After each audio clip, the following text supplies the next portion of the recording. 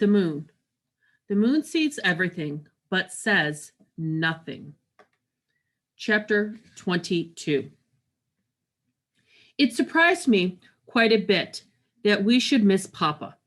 After all, he'd been out of our lives for almost a year before his return.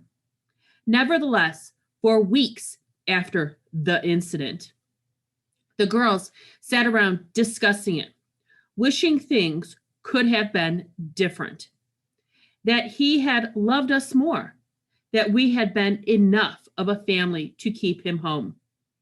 Not me. I kept my feelings for Papa tucked away like a tiny rosebud hidden within the pages of an old forgotten book. Back in the darkest corner of my heart it lay, so well pressed that its fragile edges might chip, break off, even disintegrate if I tried to touch it. Some days, however, for no apparent reason and without my awareness, sorrow would crack my resolve. I'd be tending my herb garden, clipping sprigs of fragrant leaves or replanting tender roots, then all of a sudden, a single tear would fall down my face without my awareness, surprising me.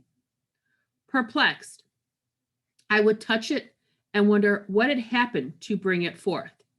The answer was always there, tucked away within the bridal pages of the closed book. Papa. After a while, however, my wounds began to heal, and I found that I didn't cry unexpectedly anymore. My heart had accepted the loss, and like my sisters, I too began to move on. School started up again, and we went willingly, even gratefully, back to a normal life. I tended my herb garden every day, and when Mama cut her hand peeling Nabilas, I put mandarin on it. When she saw that it had healed quickly, Mama suggested I might become a doctor someday. I think I like that. The weekend after Easter, we celebrated my birthday. What a sweet 16 party. The event was strange and unusual to us. Our friends and loved ones were used to attending debutante balls, but since I didn't have one the year before, this party was like my makeup concierge. It was a beautiful reception. Mama had taken care to decorate the backyard with white ribbons. There were acala lilies at every table, and the deck was shining with the twinkling of white icicle lights that traveled over trees and shrubs to create the illusion of a fairyland, a garden for the Mariposas.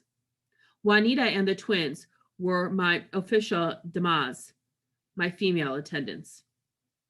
And each of us had been assigned a nice, handsome dance partner, a chabliena. We fretted about finding boys to be our official escorts, but Mama had a lot of comrades, and they had a lot of sons from which to choose. She did a nice job because I was assigned the handsomest boy in the neighborhood. His name was Mario Cortez, and he had a big green eyes. I liked him very much. The night of the party was soft and dreamy, and a warm breeze drifted in and out of our backyard. The girls and I danced with our escorts until the balls of our feet hurt, and we were forced to slip off our heels and dance in our bare feet. Mario kept stepping on my toes, so I had to jump back every time he got creative. It was silly, but we laughed about it most of the night. By midnight, I was still keeping an eye on those shiny shoes when I saw something moving behind the tree to the left of the house. At the rustle of leaves, I froze, and Mario bumped into me head on, almost knocking me to the ground. He grabbed my corsage to try to keep me from falling. Ouch, he said releasing me suddenly.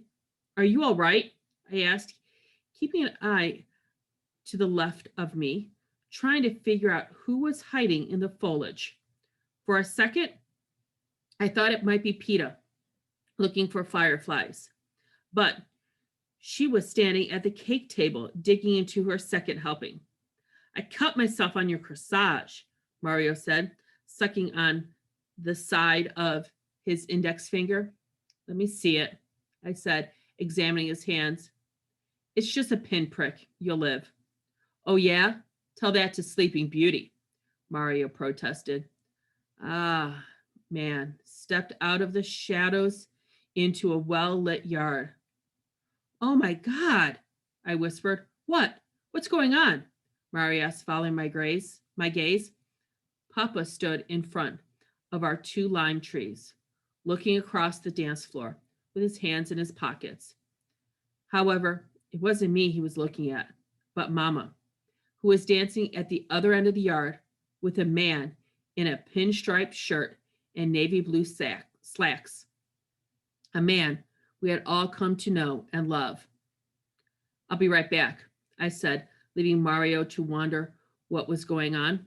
As I walked towards him, Papa turned to look at me, and his face broke into a rueful smile that didn't quite match the sadness in his hazel eyes. It gladdens my heart to see you like this, Odelia, all grown up, Papa whispered as I leaned in and allowed him to give me a small, reserved hug.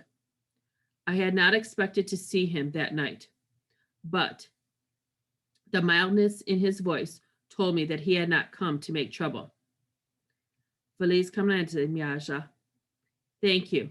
You look handsome tonight, I said, returning his rueful smile. Thanks, he said, fiddling with the boot slider on his bolo tie and looking at the ground nervously. I don't want to embarrass you or your special night. Right, I said, not sure of what else to say to him. I know you probably weren't expecting me, but I just needed to come. I wanted to talk with your mama. I had hoped, well, that she and I... He looked sideways toward Mama, who was still dancing, oblivious to us. Oh, I said, suddenly understanding. She looks happy, he said. I turned around just in time to see Special Agent Gonzalez spinning and twirling Mama to the beat of a fast-paced chiambra. Aaron had been right about CPS. After a brief investigation, they decided there was nothing wrong with our little family, but the experience deeply affected Mama. It had taken a long time, months and months, but Mama changed. She had inched herself into the process like a caterpillar. First, she had changed her work schedule so she could go to night school. Within months, she'd taken her GED test and received her certification. After that, she started to attend community college and got a new job as a clerk in a private school where her boss didn't mind if she kept a close eye on her daughters. She had grown up in many ways, but especially in love. In Aaron, Mama had found a strong heart, and she'd attached herself to the offered hand slowly, cautiously, making sure he was the right man with whom to start a new life. But when she'd emerged from the safety of her cocoon, Mama was happier and more radiant than we'd ever seen her. In our eyes, she was reborn into beauty, celestial, divine, and we couldn't be happier for her. She's like a butterfly, radiant, I said, letting out a long-held breath. Everything's all right now. Listen, about what happened, Papa began, his voice suddenly full of emotions, and I felt kind of sorry for him because I knew what he was about to divulge. Stories about him and what had transpired after he left our house that last time were everywhere in our neighborhood. My sisters and I couldn't go anywhere without someone giving us the latest gossip, filling in the holes where someone had left off. The rumor mill hit it with 6 weeks into his marriage. His new wife ran off with a rancher who had a big house on a 100-acre spread in Nova Landra. But that wasn't the bad part. She cleaned out his bank account before she left him, taking with her every penny he'd ever saved for his years as a Kwasifa famous Tajini singer. I heard he was singing again, but tonight I didn't feel up to asking him where or when. It seemed irrelevant, nothing more than idle chit chat. It's okay, I interpreted. We don't have to talk about it. No, it's not okay, Papa continued.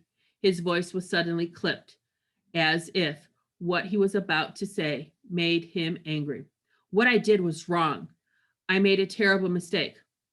Well, it's over now, I said, hugging him quickly, woundedly, trying to pull myself away from the situation. I should get back to the party. Odelia. Papa took my hand and tugged on it gently, pulling me in closer to kiss me on the cheek and caress my hair. You look beautiful. Have a good time. Thanks for coming, I said, taking my hand out of his and turning away from him.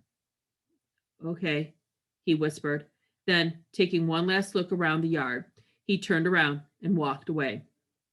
As he disappeared behind the lime trees lining the side of our house, I stood trembling in my bare feet, wondering if we'd ever be close again, the way we were before he abandoned us. Juanita came up behind me.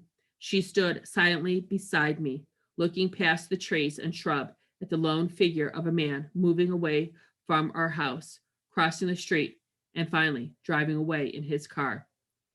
And he didn't even bring a present. Juanita laminated. She put her arms around me protectively and leaned in to kiss my cheek. He did, I said, swallowing my tears. Her warmth engulfed me. You just can't see it. I turned around and looked for Mama. She wasn't dancing anymore. She was sitting across the yard, pulling the twins and Peta into her arms and laughing at something. It was at that very moment that I knew with certainty we would always be one, together forever, protecting our loved ones, braving the wind, and illuminating the sky.